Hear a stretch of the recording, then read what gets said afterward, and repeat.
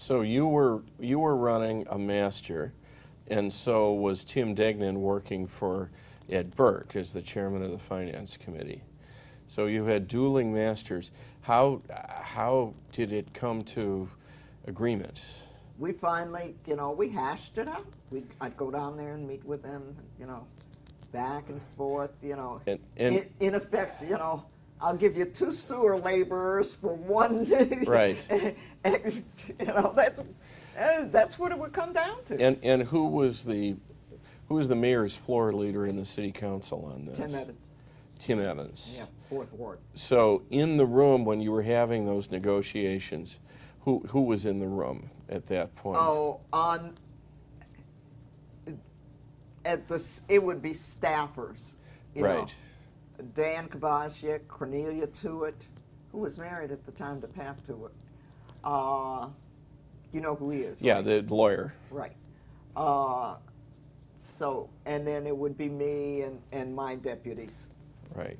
But this was the nitty gritty. Right. To make sure you're literally all on the same page. Right.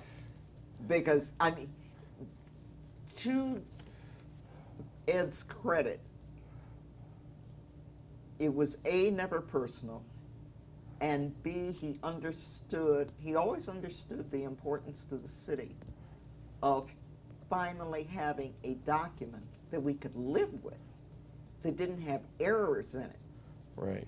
And he was really decent.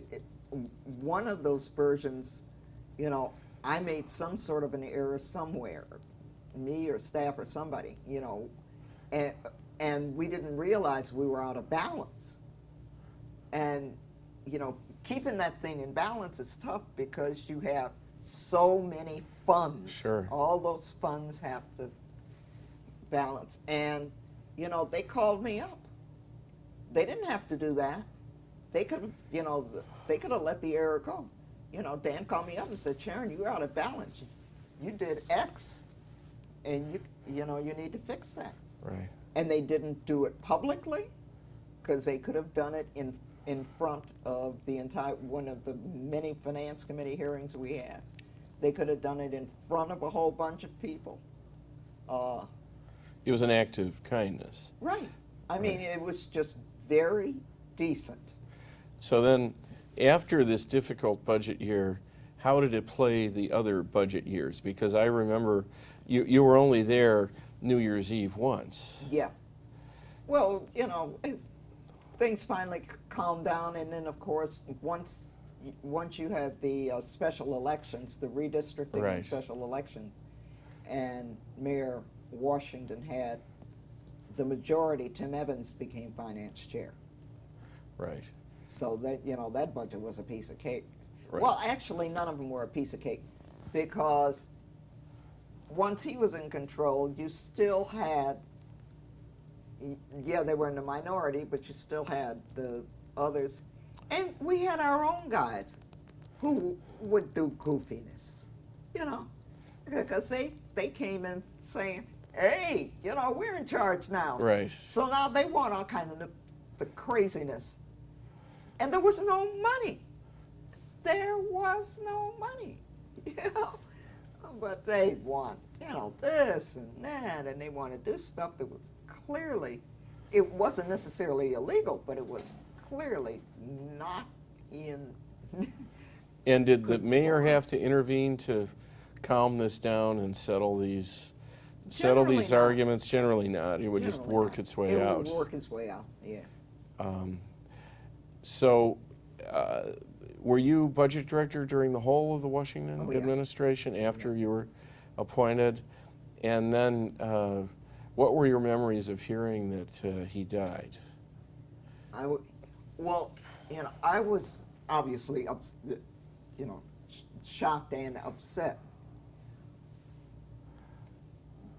But I was one of the few in the office who was going through this for the second time.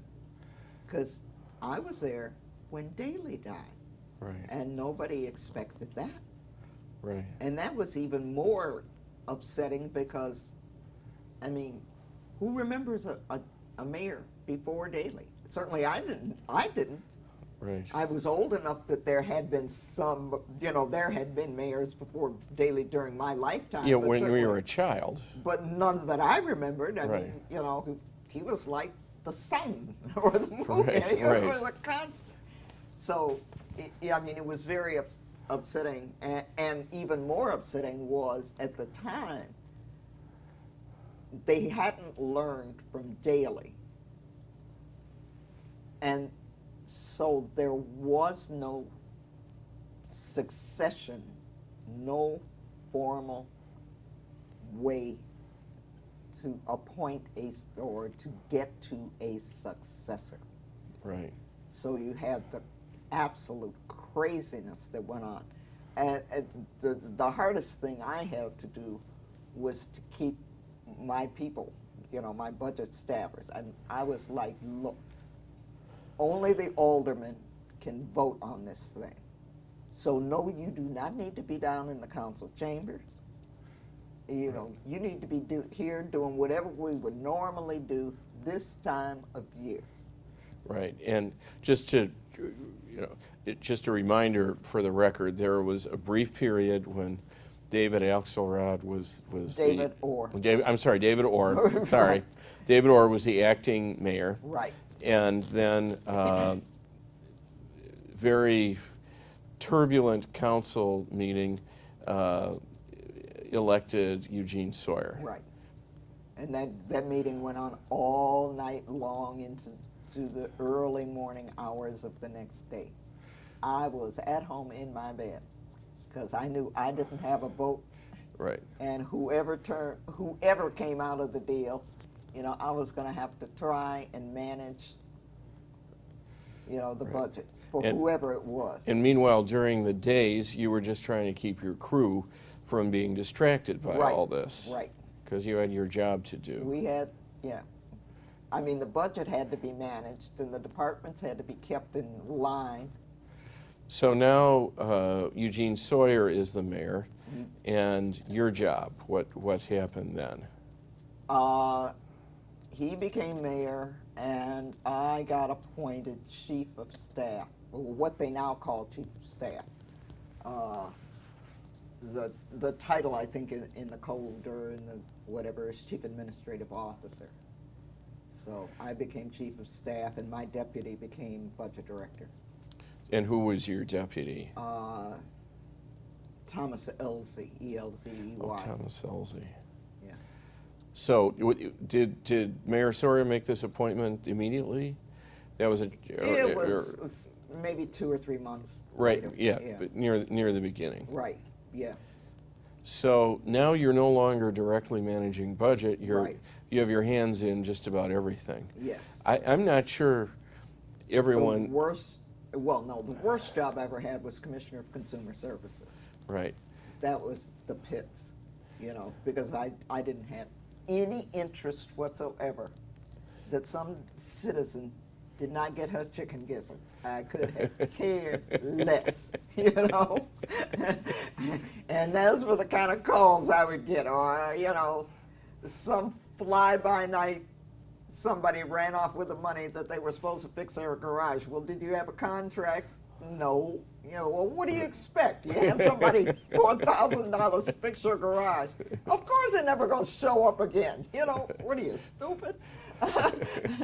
But now, I think people don't understand what the job of chief of staff is. It's very behind the scenes, but it's a very important, busy job. Yes.